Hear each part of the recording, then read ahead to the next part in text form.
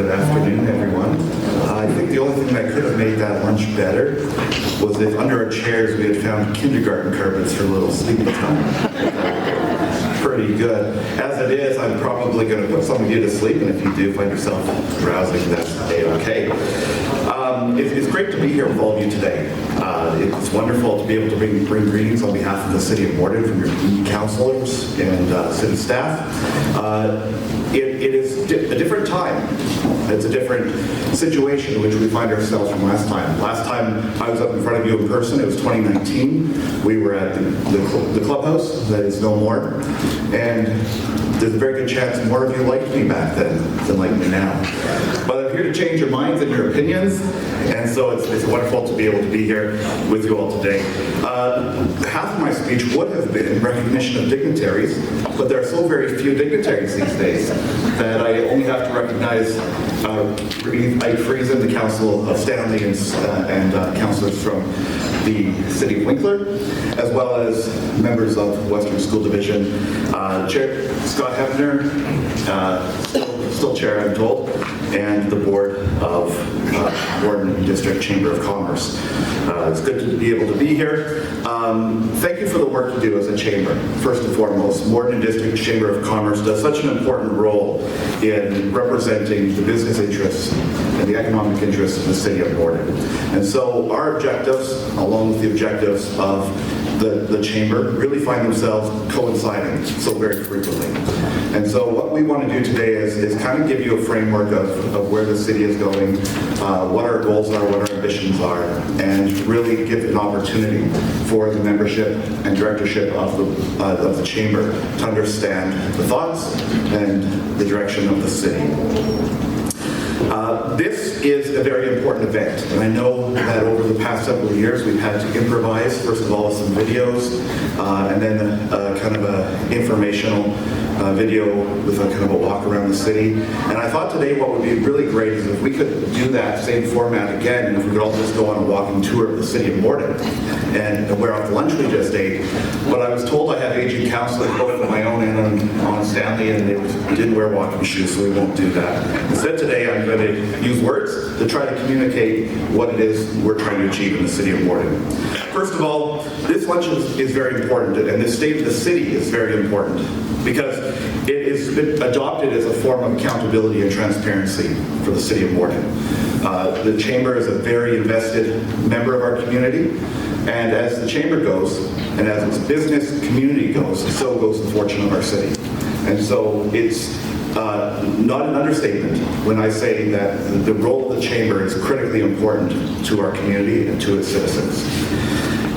And as a council, we value that role, we value that relationship, and we value the commitment of our business community. And we have a motto on council that if you hug us, we'll hug you right back. And so we're committed to that partnership, and we're committed to being Stanley and Morden, no real hugging. But it's also an important lunch because it's an opportunity for businesses to learn about city resources that are available and are at their disposal, the investments we're making to help handhold. And certainly there are opportunities for greater for more liaisons between the city and the chamber, because in a way of what we do as a city and through business development specialists and MCDC, there's some joint interests there with the chamber. So it's an important opportunity for businesses to learn about city resources and availability of them. But it's also an opportunity to instill investment confidence and market confidence in the city of Morden. And there's lots to be confident about. You'll hear me say this till it's no longer true, that Morden is the fastest growing city in Manitoba. 15.5% growth over 4 years. As a rate of growth, there's no city in Manitoba that beats us, and there are only 3 municipalities that exceed us, and they are not cities. So we're gonna work on this tagline till the next census, and we hope very sincerely that the investments we make and the work we do, the partnerships we engage in, will lead to an outcome where we still are growing at that rate. But growth for the sake of growth is no real strategy.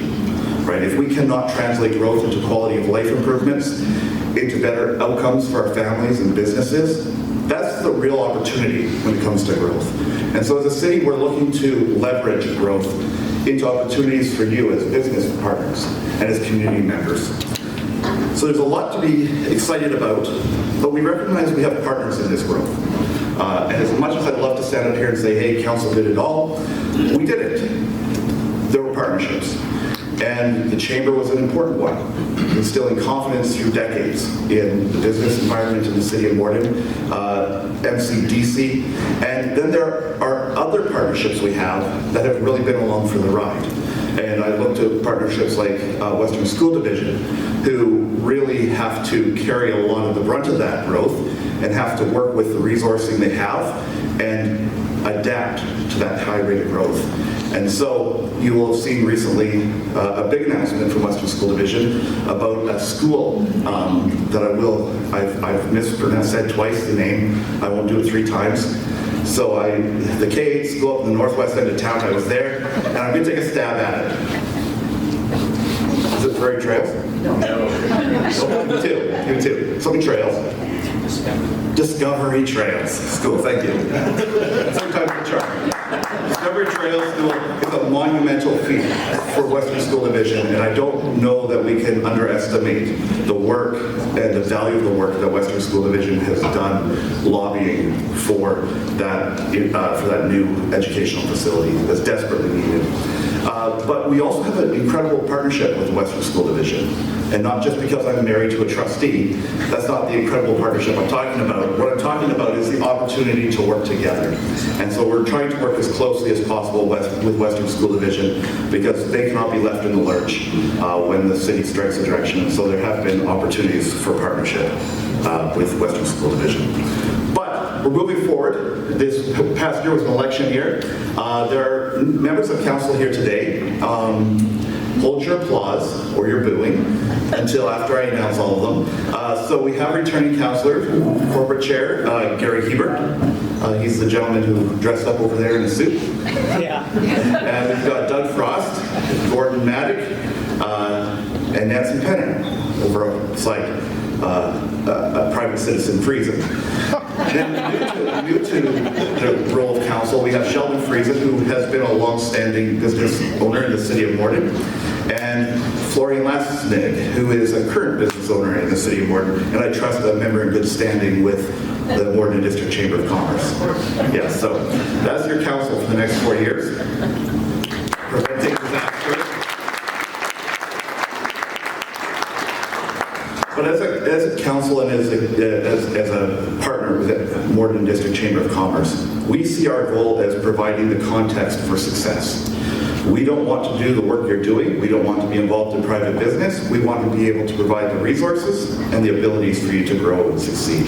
We think that's the role of government and the role that we play in the city of Morden. We see that role being played out in certain specific ways. Firstly, in investing in critical infrastructure. Since we last met in person, we have 2 fiber installations in the city of Morden that have brought businesses and have allowed businesses not only to come here, and have been the basis for businesses actually relocating here, but have also allowed businesses to grow and to leverage themselves even further afield via the internet. We had a historical drought that many of you will have felt the impacts of. And it was an opportunity to look at the sustainability of our position in a very small watershed and to try to understand what our goals were and the opportunities that were available to us. And so over the short term, we looked at a very short-term strategy with relation to water. And that was that 1 to 2 year window if there was no rain forthcoming. And you'll be pleased to know we got advice and we analyzed everything from water bombers to pipelines out of Patterson pits. Those were our short-term strategies. They might not seem like good ones, but we were also not in a very good situation. Luckily for us, we were able to develop an increased partnership with Pembina Valley Water Co-op to deliver additional liters per second that will be able to sustain our growth for the next at least 10 years of projected growth. And so we're very thankful for the opportunity we had at that point to work on the issue of sustainability in the midterm, but then in the long term. Many of you will have seen probably where we all get our information from in the No Morden. You will have seen, that's where I get my information, I believe. You'll see in this year's budget, there's further funding for what was referred to, what we have internally referred to as the Pembina River Diversion Project. We are going to rename that project because the community believes that what we are doing is turning course of the bed. And what is actually happening is the water in the Pembina River is fully allocated at regular flows. We are making an application to take this excess spring allocation and get it into our watershed. And that will provide additional capacity into our lake to be able to fully maximize our partially utilized water treatment facility. So that is our 20-year plan if we're looking at short, mid, and long-term strategies. And lastly, we're working on wastewater. And my hope was today to be able to stand up here and tell you what that strategy was. But alas, conservation and climate works a little bit slower than my ambitions and hopes do, and there's nobody in this room who will take offense because there's nobody in here who works for the province. That's right. But it's very much in progress, and it's a deliverable we have with a specific deadline, and so we are making great strides to be able to deliver that announcement in the next short while. The City of Morden also offers and will continue to offer business supports to your membership. We have the Morden Community Driven Immigration Initiative. And what that program does is it delivers skilled labor into the arms of businesses who can't find labor locally. The City of Morden has the same problem. And I know Valley Fiber is outpricing all of us on labor. That's not here, are they? Oh, there's Conley. Hi, Conley. I kid. I was also giving away free basketball courts to municipalities on their behalf at AMM. So, but every business in this region has issues around labor, right? And so the MCDII delivers skilled labor on time to fill the vacancies that cannot be filled locally. That is a program that's going to continue, and already this year we've delivered 75 families into Morden with that program. So it's alive and well. We have incubation for commercial and industrial startups. That's a program that will continue. We have business development supports, and we have a extremely competent economic development officer. Highly ambitious, and if any of you think of poaching him, that'll be the end of regionalization. He's a very, very good economic development officer with a very high capacity for work and getting things done. There are exciting announcements coming this year in terms of development and in terms of things coming to Morden that are their announcements, not ours to make. But looking forward, the goal of Council is to make investments in sustainable development. Growth is great, but it has to be sustainable. And that is something that Council is very aware of. But we also want to make investments in quality of life components and improvements for the City of Morden. We're working on asset management. Like good businesses, we have to know the status of our goods and assets, and we want that to be the foundation of our budgeting. And so things that you see every day, the roads, the sidewalks, we want that management of those pieces to be what drives our decision-making at budget season. One thing that is very much captured my imagination, and you can actually thank, in large part, your new executive director, Claire Agnew, for, is identifying Minnewaska as a standalone investment unit, standalone business unit worthy of reinvestment, rather than milking it like a Guernsey cow. And can you milk Guernsey cows in our family? There's such a thing as a Guernsey cow? Is it? Jersey cow. I don't know. Whatever cow you have to milk. We're not going to do that anymore. The money we're making there, we're reinvesting there. Because it's a provincially, a province-wide destination. It's attractive. The quality of life investments that we can make there, I think, will return not only to our own residents, but also in attraction to the community. But it will also lead to investments in water quality in the lake itself. And so the money we're making out of that destination, we intend to reinvest there. To that end, we've announced a reserve fund that will be off the top of camping rates. So when people come from town to use this facility, they're going to be paying $2 a night extra in order to keep that reserve alive and well, and ensure the investments we're making today can be sustained for our children after us. We're also making investments through MCDC in industrial expansion. The first industrial expansion in Morden since 1982, which was the year I was born. And private citizen Friesen's father was then the mayor of the city of Morden and made that investment. And we are sold out of land. And so 142 acres south of Wilcox Road is a big expansion that we're planning for this year. There's an incredible amount of appetite in that parcel already.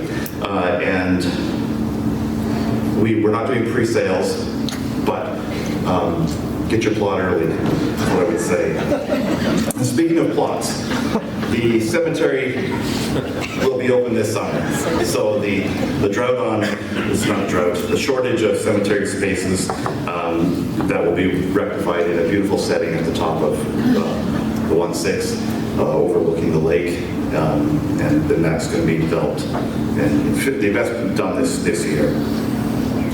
But looking forward, the city of Morden now also has one of the lowest carrying debts, municipal debt per capita in the province of Manitoba. We're in the bottom 5. And so that gives this council the ability to act boldly over the next 10 years and to identify priorities and things that we can invest in and ways that we can continue that growth cycle well into the future. But we have challenges just like you. And we have the challenge of inflation.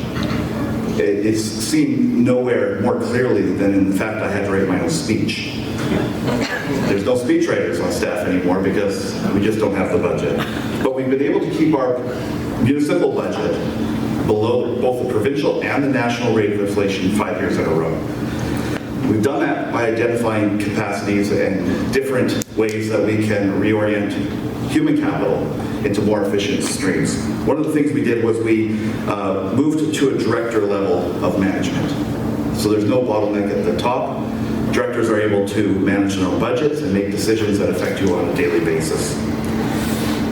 The capital costs of growth are another major challenge that the city of Morden is having to take a look at. And we're going to do it in a measured way.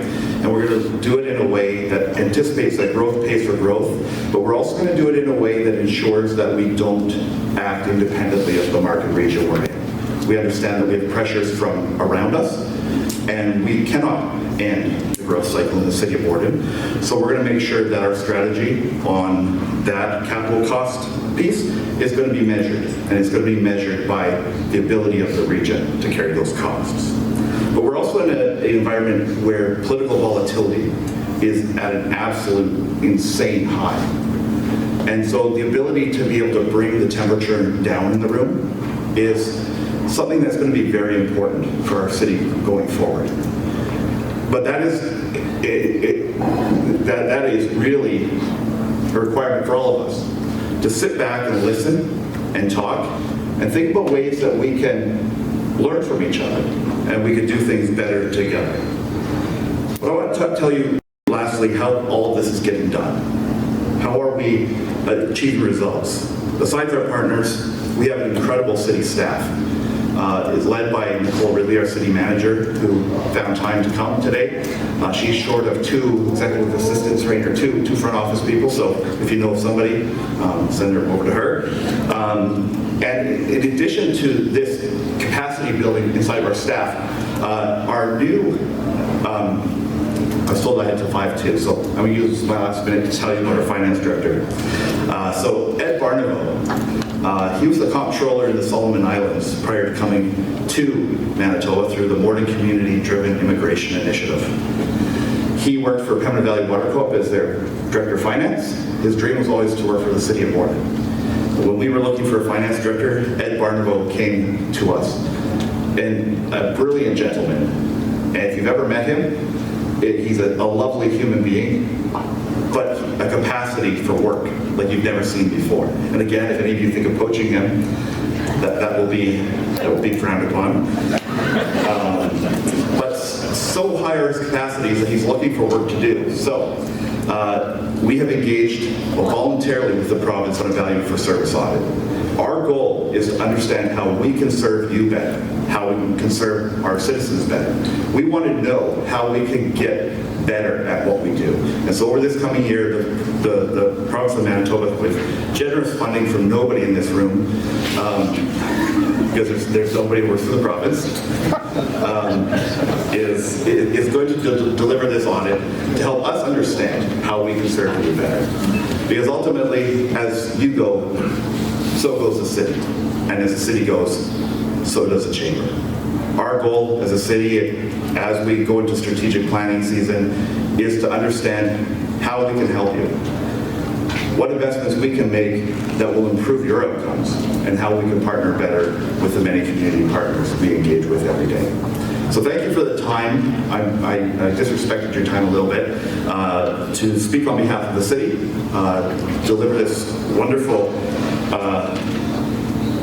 it's not a wonderful speech. Deliver on a wonderful opportunity just to reflect and to talk about how we can do things better. And if you didn't have anything else to write on the comment cards, you can write hate mail to me. That's expected almost now. So it's great to see you all. And again, to bring greetings on behalf of the city of Morden. I wish you nothing but the best this coming year to both the chamber, to your businesses, your organizations, and thank you for the opportunity.